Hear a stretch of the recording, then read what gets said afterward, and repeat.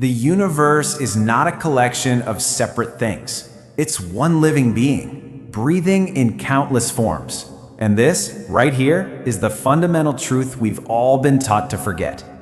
Now that isn't just some poetic phrase. It is a radical reorientation of who you think you are. See, the common perception is that you are a person, a small little entity contained within this vast external cosmos. But the truth, while it's far more intimate, you are not a visitor here. You are the fabric of existence itself, just focused into a point of awareness. And this leads to the central paradox of our existence. If we are all just expressions of a single, unified being, why is the main human experience so often one of separation, of isolation? Why do we feel like a stranger in our own home? Well, the answer lies in a profound and necessary illusion, the sense of a separate self. Think of a wave that rises from the ocean. For a moment, it believes it's distinct from the very water that gives it form. We do the same thing. We forget our source. This feeling of you is a tool for experience, but it's not the ultimate reality. Every single day, this illusion gets reinforced. You look out and you see a world of objects and others, and you assume they're all fundamentally separate from you. That tree is over there. That person is not me. This perception, it's the very bedrock of our conventional reality. It's the lens through which we navigate the world. But what if that perception is flawed?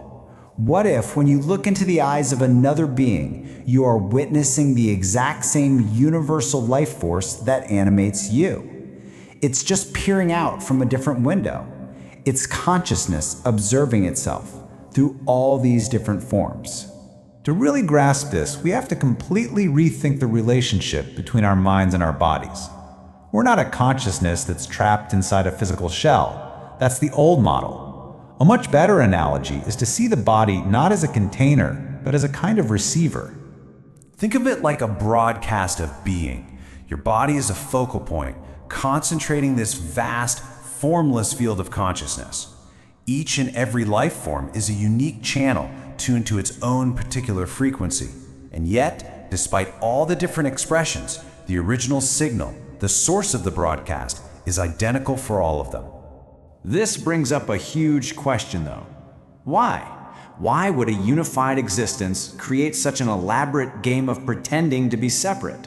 What is the purpose of this whole grand illusion? The purpose is experience.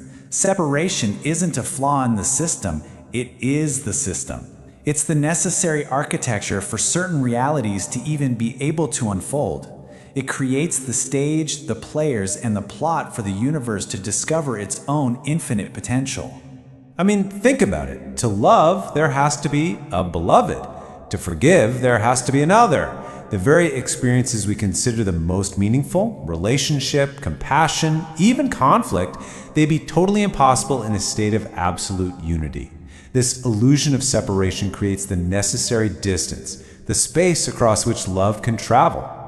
And because this separation is an illusion, there are consequences to forgetting the truth. Every action you take reverberates through the unified field of being. This isn't about some external system of karma or divine judgment. It is simple spiritual physics. When you harm what you perceive as another, you're living in that illusion, and your own being literally contracts. But when you uplift them, you feel an unmistakable expansion. That's because there is no other. Every act of cruelty is a self-inflicted wound, and every act of kindness is just a form of self-love. So the path forward isn't about becoming something new. It's about remembering what you have always been. It's about looking at the world around you and finally recognizing your own reflection.